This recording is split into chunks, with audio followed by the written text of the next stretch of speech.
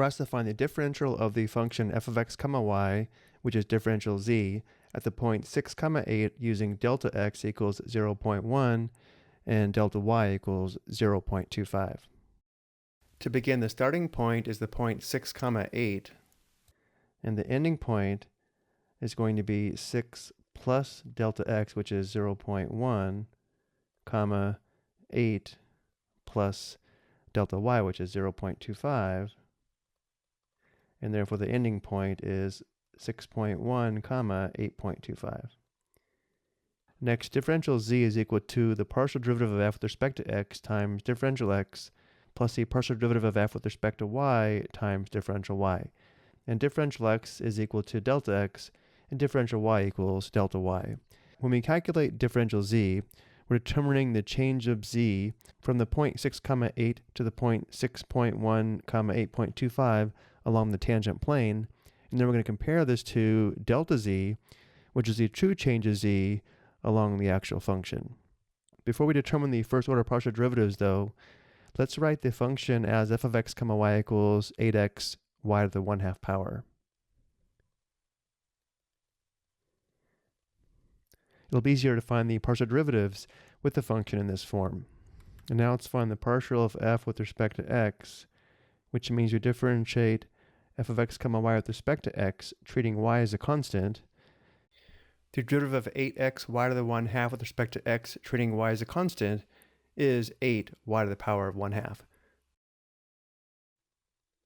So now we differentiate f of x comma y with respect to y, treating x as a constant. And therefore we have 8x times the derivative of y to the 1/2 with respect to y, which is 1/2 times y to the power of negative 1/2, which is equal to 4x divided by y to the power of positive 1/2.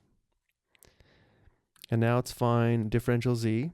Differential z is equal to the partial of f with respect to x evaluated at the point 6 comma 8 times differential x, which is 0.1, plus the partial of f with respect to y evaluated at 6 comma 8 times differential y, which is 0.25. And now we need to evaluate the partial derivatives at the point 6 comma 8. The partial of f with respect to x at the point 6 comma 8 is just 8 times y to the 1/2, but y is equal to 8, giving us 8 times 8 to the power of 1/2.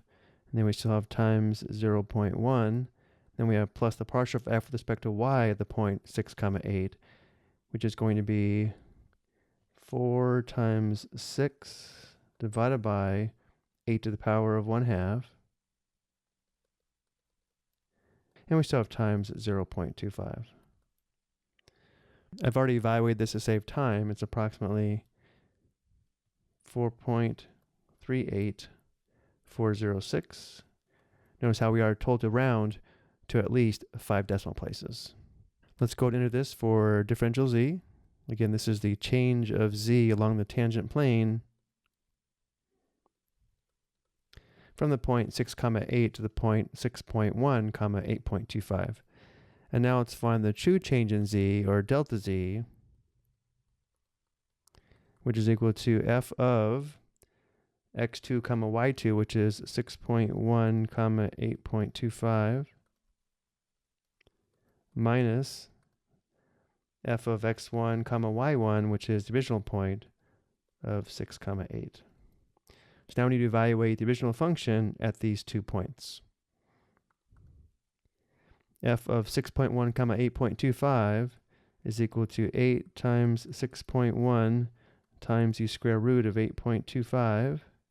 And then we have minus f of 6 comma 8, which is 8 times 6 times the square root of 8. And again, I've already determined this value. It's approximately 4.40283. And now comparing these two values, notice how, depending on the accuracy needed, differential z is a fairly good approximation for delta z. And once again, differential z measures the change of z along the tangent plane, and delta z measures the true change in z along the actual function. I hope you found this helpful.